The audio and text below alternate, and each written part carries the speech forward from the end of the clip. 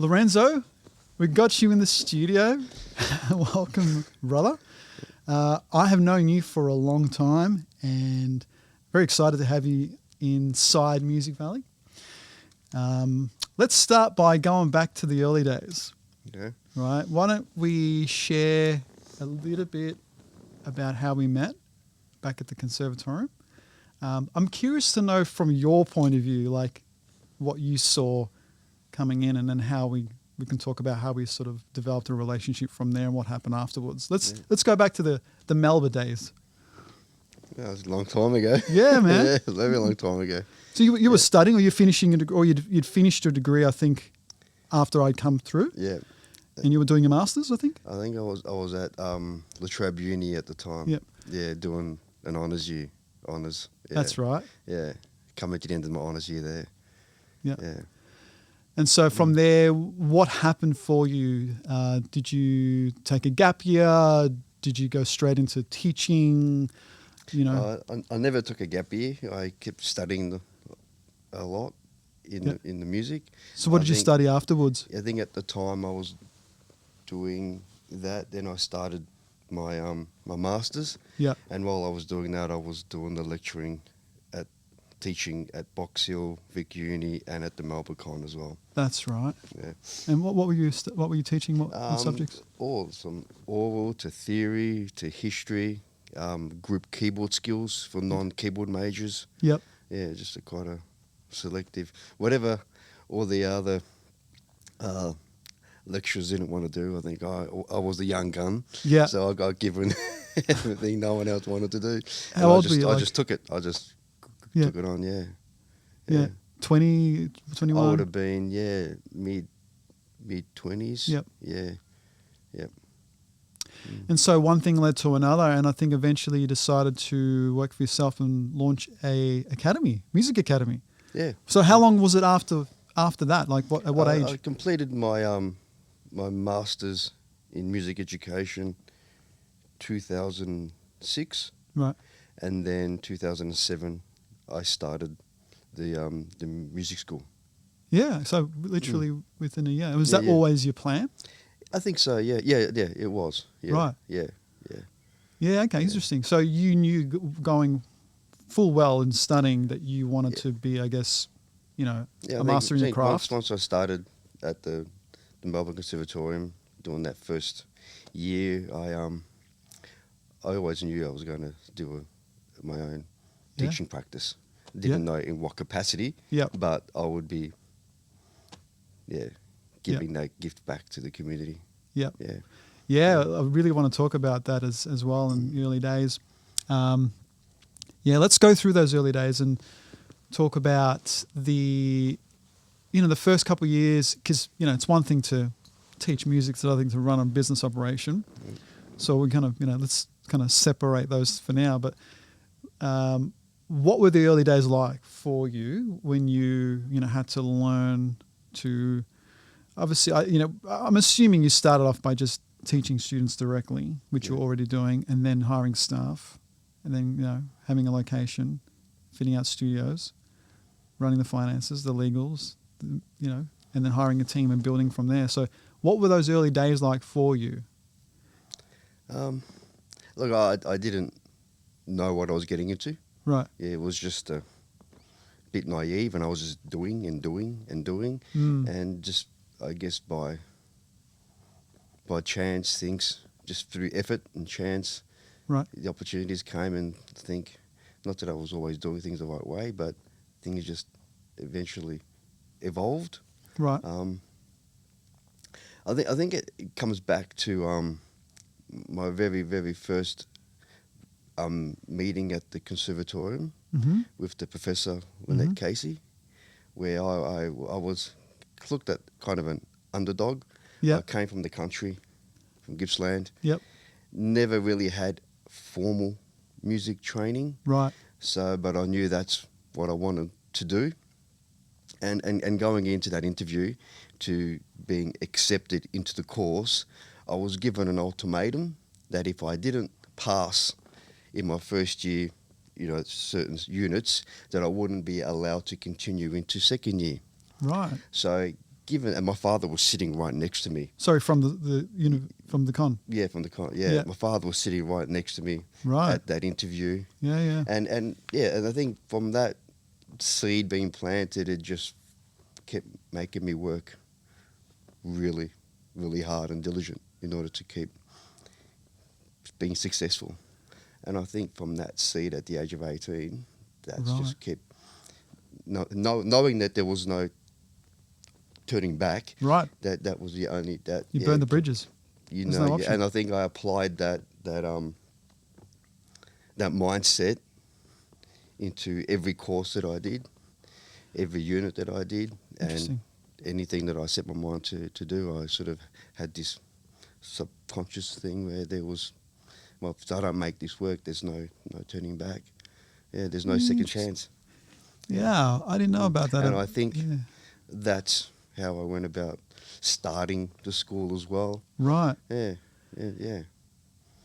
This is a key theme I want to talk to you about in terms of philosophy and approach. And we talk about effort over skill and talent, because it seems like you might not have had the skill, the knowledge, or the Absolutely. No, I talent, needed to work really hard. but you were given an ultimatum. You were given, and we talked about this in one of the other episodes. We talk about the power of auditions, the power of acceptance, and providing those very clear, definitive gateways for students and for people to, rite of passage. It's like if you decide that you're going to commit to something, the professor and the team that perhaps knew that they were giving you a choice here, as opposed to, oh, you know what? Sure. Yeah, come in. It's all good. Totally different outcome potentially for you, right? That's right, yeah. That's interesting. So you applied that work ethic, that mindset that, if you just put in your effort, you just essentially invested into whatever it is that you were pursuing. Completely focused. Yeah. So that meant no parties, nothing, none of the other stuff that goes with it. Studying, practicing, to 12 a.m. in the morning, knowing that if you didn't pass that first year and even kept going through into the second throughout, Yep. So no, it was. So we're talking. Let's be realistic for the listeners out there. Like we're talking 8-hour days. Yeah, easy. Yeah, easy 8-hour days, Yeah. practicing, learning, Studying, researching, studying. Yeah, I had no TV for all of my 20s.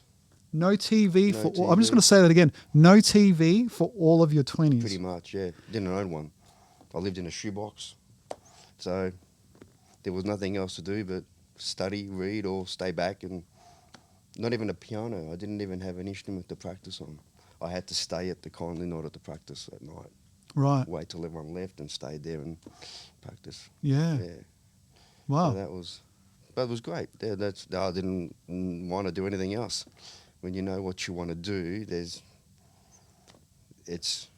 good. Yeah. It's definitely a common trait and characteristic I've seen in a lot of business owners and young entrepreneurs and old entrepreneurs. Is there's those formative years of the grind and hustle, and that builds that character 100%. and that work ethic. Yeah. And if you're not given that opportunity through a very clear and strategic ultimatum, what are you giving someone? Oh, it's all good. Yeah. It's fine. You don't, You can jump on YouTube, you'll work it out. And I think due to that mindset, that point kind of fed the idea of, well, get me through this and give me the strength to succeed and work hard. I'll then give this gift back to others in the community. Yeah. So that was sort of seeded back when I was 18, 19. Yeah, man, that's really fascinating. Far out. Wow.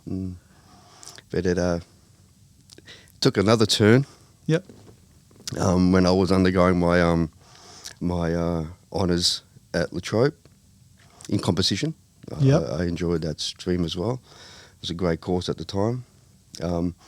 I got diagnosed with cancer. And again, there was another hurdle, but I used that as another tool to give me that strength to, again, keep pursuing and that, I guess, the faith into, you know, make me survive this, and I'll promise I'll build a school to give back my passion for music to others in the community. Wow. So you made an agreement with yourself. So those two seeds that happen at Yeah. that young age Yeah, for me sort of set me up Wow. to do what I'm doing now without any realization that I was doing it. Like, I look back, I don't even see myself. It's just you're just doing. Mm-hmm. You just it's pretty Not pretty stopping unique. to reflect on like what Yeah. happened. You just like continue Just- moving forward yeah. and Yeah. learning and growing and applying. Yeah, Sounds like. yeah, just keep doing what you do, and it just things evolve, and when you know that when you can see something or you can believe it, it's just a matter of having that reason, the why to do it. And once if you find that why or that reason for it, things happen. Even though it's a lot of work, a lot of hours, it doesn't feel like a massive effort. It just feels a part of who you are and what you're meant to do. Yeah. Yeah, it's beautiful. Again, another common theme I'm seeing a lot with social impact driven entrepreneurs. You know, let's talk about that, because in the early days, you know, you had these young orchestras, you know, a lot of your business model marketing was around doing live shopping center performances in the early days. So, you know, that means, you know, there goes your weekends, you're setting up, you're getting, you know, schedules and students together to perform. Yep. And also tied to charity as well. I remember you raising money for the Easter Foundation. What was it? Good Friday Appeal. Good Friday Appeal. Yeah, the Smiths family. Yep. Daffodil Tell us Day. about those. So what have you done in terms of the We still impact? do that now. Yeah, Yep. like our annual concert we do Yep. is raising funds for the Smiths family. Yep. Which is a great opportunity, great cause. Yep. It's a way of giving back as well. A lot of the community shopping centre performances are all done lot during Christmas time, so we're providing Christmas entertainment for people walking past. Yep. Our biggest, probably the biggest point was when we got the opportunity to perform at Federation Square. Yep. So we had over 40 kids in the orchestra, Yep. all primary age children, Yep. performing on the outside stage Yeah, on wow. Fed Square on a Sunday afternoon. And that was really quite a highlight. Yeah. Yeah, good. That was back in 2015, I think it was. Wow. Yeah. So yeah. you've been going now for 20 years. 20 years this year. 20 Wow. years. 2026. 20 years. Yeah. Yeah, I remember that because I was about 4 years when we launched our school. We launched it about 4 years in, and I took a lot of inspiration from you as well at the time and ideas. And I remember us having a lot of conversations about what was working, what wasn't in those early days. Yeah. I think we still do. Yeah, and so this is the other thing. The reason why we're catching up is because it's school break, and we usually catch up on the school break, and we reflect on our quarter. And I said, mate, let's just do it over a pod, record it, so that others who are either in the community or considering launching or starting a school or practice from home, just so they can understand what it's like to really not just start but to maintain and launch and grow an actual company. Which leads me into the mechanics of the business. So in these early days, you were part of the marketing strategy was obviously coming out in shopping centers and public displays, and you would get a lot of inquiries and leads through there. That was probably the biggest marketing strategy that you implemented. But you also tied that into the free trials. So, and that's still continues to today. Walk us through a free trial. How does it work from like someone who sees you or hears about you, and what the process is for them? Well, look, I think because primary market is young children, is primary age children. Right. I guess kids can feel a little, they think that they're expected to be able to play if they sit at a piano. So it takes away that fear or anxiety. And the free trial is also an opportunity for them to come and see current kids learning. When they see kids sitting at the piano having a little go, they go, oh, I reckon I can do that. And kids like to copy and when they see other kids doing something, they go, I want to do that as well. Yeah. And so that's that part. It's also an opportunity for families to come in, meet the staff. Yep. And also logistically getting an understanding of where we're located. Yep. So if they wish to continue sessions or start up, they can logistically make a more informed decision of logistics of after school activities and timing and so forth. And it gives us an opportunity to explain and answer further questions they have as well. And that way, it's a win-win for both sides. And so they go through your website and find an opening that's already, predetermined slot. So that's the constraint there gone in terms of having to call and go back and forth and try to book it in. Is that how it works at the moment still? They book online. Yep. So there's a booking calendar online that they can book. Yep. Online. So every now and then, every month or so, I just update opportunities that's available on the calendar, and they just book online. It gives me an email, and I just text them the day before to remind them. Yep. And it's pretty simple, really. Yep. Yeah, it's quite easy, streamlined Yep. in that sense. And so they come in, and then at the end, is the sign-up process happen usually at the end of the trial? 80 to 90% of the time they come in. If they come in, most are already committed. They're already So if there. they make it, Yeah. you know that they're pretty much. But if they don't make it, Yeah. there's no follow-ups usually, is there? Some will get back to you, Yep. and some might get back to you the next day or two. Yep. I follow up, or they may even, depending on the calendar, it could be at the end of term, so they might just follow up if during the holidays now or after, when the term starts again. Yeah. Okay. And that's pretty much been the main engine in terms of marketing for the last 20 years. Pretty much, yeah. And so now I want to talk a bit about the numbers and what happened. We'll split this into two parts. So in the early days, you were running out of home-based studio, and then that quickly expanded and sort of filled out to 200, 250 Pretty capacity. much, yeah. And we're talking a lot of group classes as well, with staff of 5, 10 staff. Uni students usually. And some are a bit more older and doing on average, what's the average kind of setup in the operation? You've got yourself teaching, a certain amount of days, and then tell us from there, like in those early days, what was the operation like in a week? Or now? No, when you first started, within the first 2 years, what did it look like in the first 2 years for you? Well, in the first the first year was just myself. Yep. Probably got around about 70, 75 students at the end of the first year. 5 days a week, 4 days a week? Monday to Saturday. Yep. No, it's 6 days. Yep. This is really important for people to kind 6 of 6 days, after school hours, 6 days. And then by the end of the second year, it doubled. Yep. And then again by the third year. Doubled with just you? No, by the end of the second year, by the start of that second year, I employed another staff. This was just piano classes, just for piano. Yep. And then eventually after that, I started introducing a few other instruments due to the requests from current families to make it convenient for them to bring one for piano, one for guitar, or so forth. Yep. Guitar, violin. I remember guitar, violin, and piano were the main ones. And then you introduced singing and drums. Singing. No, just the four. Okay, just four. Yeah, cool. Yeah. Awesome. And a lot of the approach and curriculum is based on the AMBB curriculum? We do the foundation. Yep. So there's a 3-step process. The foundation, which is about a 2-year program. Right. Then they move into the second stage, which is opportunity where they're more able to more self-learn, do exams, prepare through the academic of AMB exams.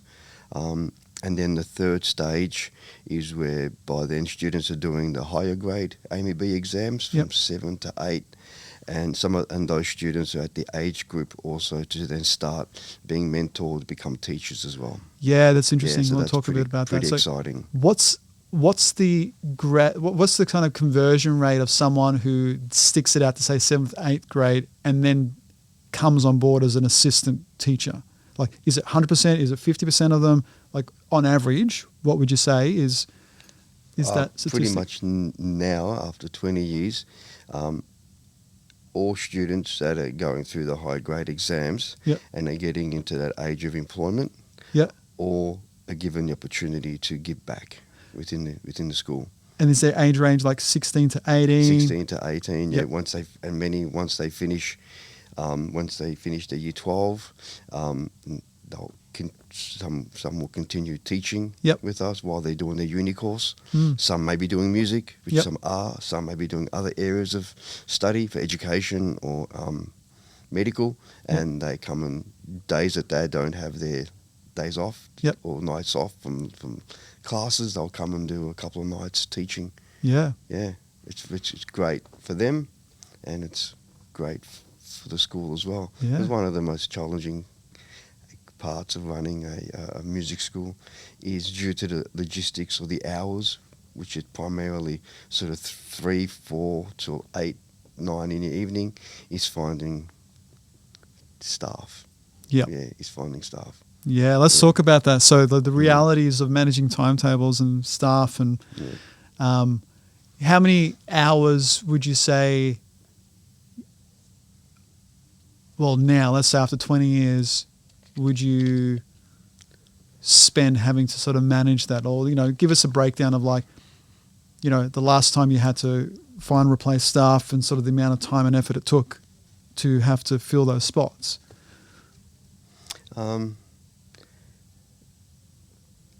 It can take a little while, but I think now there's it's not so much that aspect. It's more the logistical timetabling of a daily timetable. Mm-hmm. So there's always people away, and teachers need a day off, or they get sick, or they get a last minute thing, and that's challenging. But then that takes up about an hour or two every morning during during a teaching term. Yeah. Yeah. So every morning you're spending about an hour or two rescheduling, retimetabbling a few things due to just standard day-to-day operations, not to anyone's fault. Yep. Yeah. Within your business, so all the admin and the management and staffing, the sales, the marketing, finance, ops, everything, has there been any situation where you've decided, okay, I've had enough of this, I need to now delegate or hire someone to, manage this for me, or help at least with a portion of that? And like, walk me through that process. Can you repeat that again, please? So, managing the admin, the timetabling, Yeah. Maybe setting up the accounts, all the logistical timetabling and management of the whole operation. Yeah. Has there been times where you've like thrown in the hand and gone, no, I need to get someone else to manage this so I can focus on having more time for myself? Yeah. Maybe going surfing on the weekend, like I remember you went through, or going dancing, and decided that, you had to make the trade-off and kind of, reinvest some of the profits of the company to hire a staff member so you can get that time back and sort of maybe have, a bit more of a balance of like, leisure time and really enjoy the time. Because I know as an operator, like, I'm in and out of that frequently. Sometimes I'm the front end and, having to answer every single email, and other times I've got staff managing a lot of the timetabling for me. So what was that like for you to say the first time you encountered that and had the realization that maybe you need to hire someone to take off some of the management? It's making the transition of work teaching less, right, in order to have that time to then do that part of the admin. Yeah, the admin part's pretty streamlined now. Right, it's very, very streamlined. The only logistics is on the odd day when a staff member is unavailable at that last minute, which is annoying, because it's not we're not a McDonald's where you have other staff available on standby, other casuals available on standby. Unfortunately, we can't employ people in the hope that we'll just get you in when someone's away. CRTs. So there's also the support. There's over 18 now, so it is support there when someone is away. You can always do that last minute follow up. Who's available? Right. So you got 18 staff now teaching sort of 1, 2, 3 days a week type. Yeah, scenario? everyone does different timing, whatever they can, whatever days suit them with their other commitments. Yeah. Yeah, wow. And so now you've got a commercial space. So let's talk about this. So a few years ago, you had to move on and get another space. And so you had some time constraints as well. So walk us through what happened there, like in terms of like, having to find a space. I think that happened within a space of like this time of the year. Yeah, this exactly during right. the Yeah, break, this time of the year. Yeah, it was 2 years ago. Yeah. 2 years ago. Yeah. So what coming happened? Again, it was just outgrew the old place, and it was time to move. Yep. And even now I've outgrown the current place. Yeah, wow. And looking again for other opportunities for something a bit more. Yeah. More space. Yeah, more space. That's. Yeah. So let's get behind the curtain. So because you were painting, you were knocking down walls, everything. Yeah. Let's be real. It was like, tell us what happened there. There was like, all the constraints and the challenge of having to fit out a studio. It was a 3-week process. Right. Literally 1 week for all the legal paperwork. Yep. That was the first week of the school holidays of this exact same period. Signing a lease. Yep. Yeah. All that. The second week of the school holidays was cleaning, painting the whole place. Yep. Laying carpet. Mm-hmm. All yourself. All that. And then the third week was transporting all the equipment in and setting it all up. And then we started teaching the second week of term 3 of that year, of that thing. So it was very quick. I had my son help me for the first 3 days painting. Mm-hmm. Then my dad came down midweek, continued between the three of us. Yeah. And by Saturday afternoon, we were laying the carpet mats. Yeah, wow. That was a great feeling when that was done.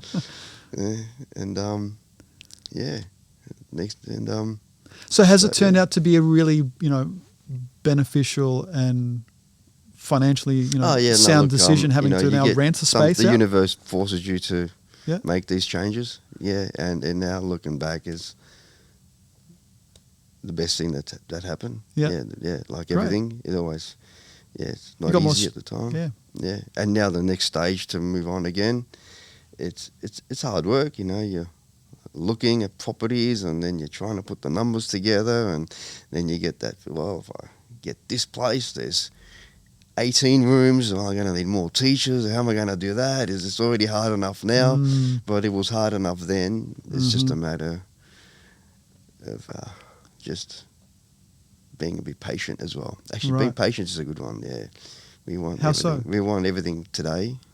Patience, right? Find the right place, for example. Yeah, just taking it. Yeah, just. Yeah, because there was times I remember you were looking at places across from Water Gardens, and there was a property that you missed. That I think you maybe put an offer on it and didn't get it, and so that then was probably a sign that you maybe weren't ready or whatever. But either way, you're saying that patience is where you're at now and having to find the right next opportunity. Yeah. Have you got a timeline that you're working with? Like by the end of the year, you want to find a new location, or next year is the lease running out? Love to find something within this new financial year. Yeah.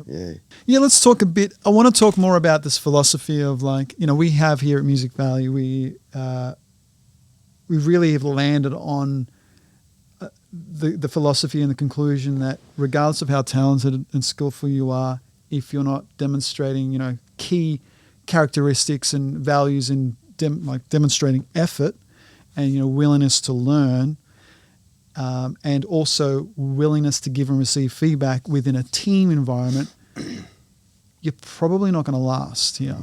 And we've seen that happen time and time. We've had, some incredibly credible artists come in and try to integrate with our team, big names, big personalities, but just didn't last. And so what I'm curious to know is how have you seen that play out with, say, your staff, for example? Are there staff that you've worked with that are coming, guns blazing and are very talented and very skillful, but found it hard to communicate and perhaps work within a team environment? Have you found that over the years? Not with staff. Right. No. I think the only the challenge for staff is the logistics of eventually with their timing and getting to the property, to the premises, that sort of aspect with their timing. Yeah, that's probably their main one, is them deciding eventually, coming, where we're located. That's why I find the students, senior students, because they are local, they attend the school because they live local. Local people are the work best than those trying to travel from other areas of Melbourne. So that's the issue there. But I guess regarding that input of talent, I can only relate to myself on that. And I think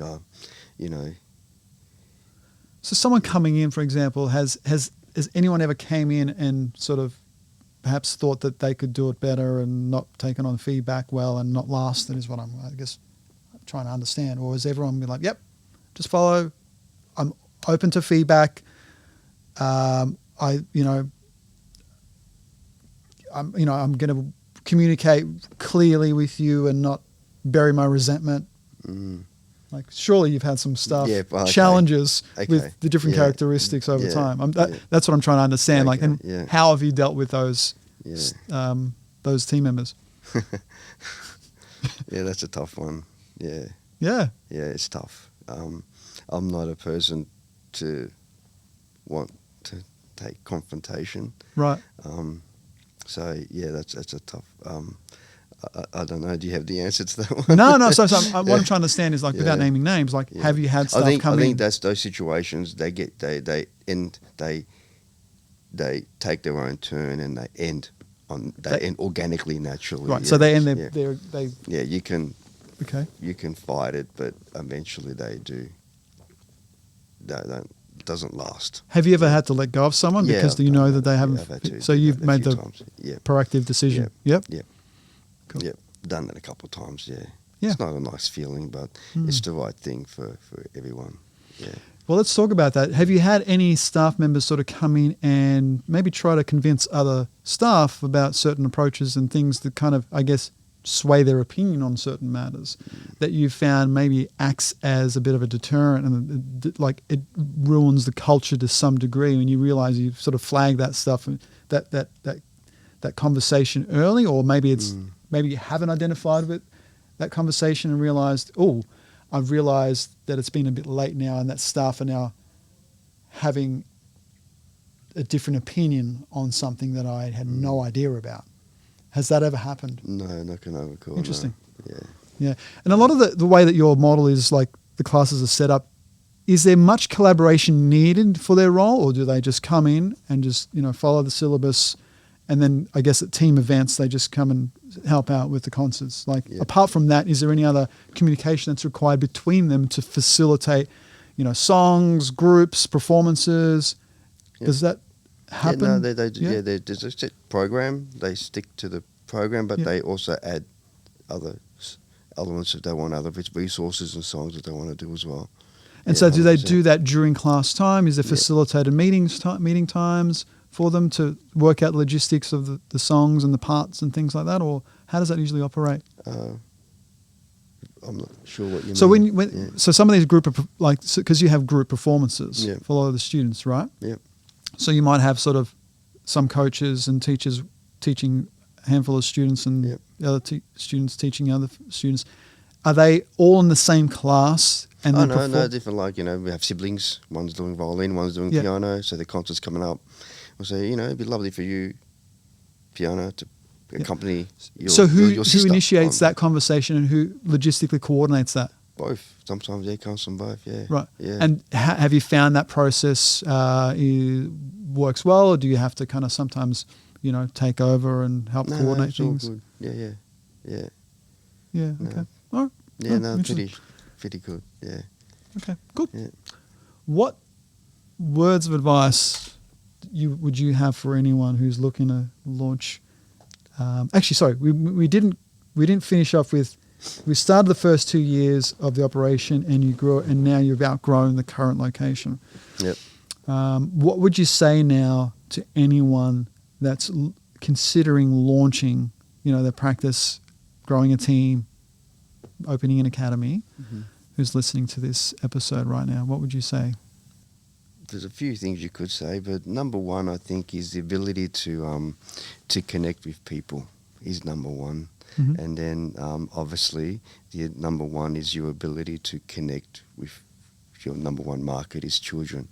So yeah, I think I say to when I'm training my staff for free trial classes, there's a set theatre, a set process, dialogue. It's all a theatre, and and this is in general in life, but a mum walking in with their son or daughter will know within 3 seconds just if you are going to be the one teaching their kid. Yeah, so that's number one is the ability to communicate, not with kids but also families and parents and your community. That's the number one skill. Your ability to play your instrument is a given. Your knowledge in your craft should be a given. But the teachers that are successful within the Music Education Academy are the ones that are able to connect with kids. I have a number of teachers working at my school, myself included, but I don't employ them. The kids and the community does. If they come in and I say, your last lesson could be the last time you see your students. So make it a great one. Yeah, make it engaging and fun and I don't want to use the word fun. I think that's overrated. But make it meaningful. Give them a great experience. Give them a positive experience. Yeah, make them like you. Just cool. Yeah. I think we can unpack that in the next episode because there's a lot there, I'm sure, of as part of your onboarding, the standards and this communication and focus on community that you invest in your staff to make sure they're in the right fit, culture fit as well. So maybe we can leave that one for another episode. But it's a big one. Yeah, that's the number one. I think that's.